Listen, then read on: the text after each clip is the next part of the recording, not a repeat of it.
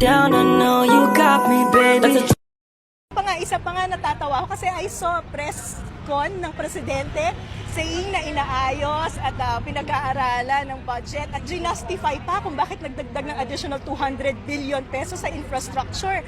Pero hindi niya binanggit na sa panahon din niya patuloy na lumalaki itong unprogrammed appropriation. Sabi niya kaya lumaki yung infrastructure budget dahil sa mga priority infrastructure. Mr. President, basahin niyo naman yung pinapadala sa inyo sa opisina niyo. Yung mga priority programs niyo nandun sa unprogrammed appropriation. Isang text away lang yung pinsan niyo to tell him na dapat pinaprioritize yung big infra projects. But for the past 3 years, mula 2023, palaki ng palaki ang program appropriation ng gobyerno. Saan ang prioritization doon, no? Pag tinignan mo yung DPWH project, ano yung priorities dyan?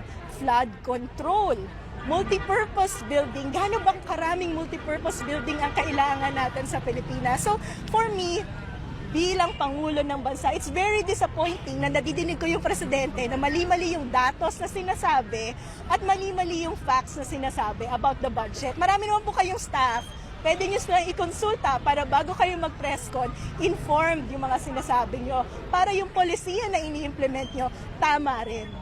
Thank you, ma'am. Salamat.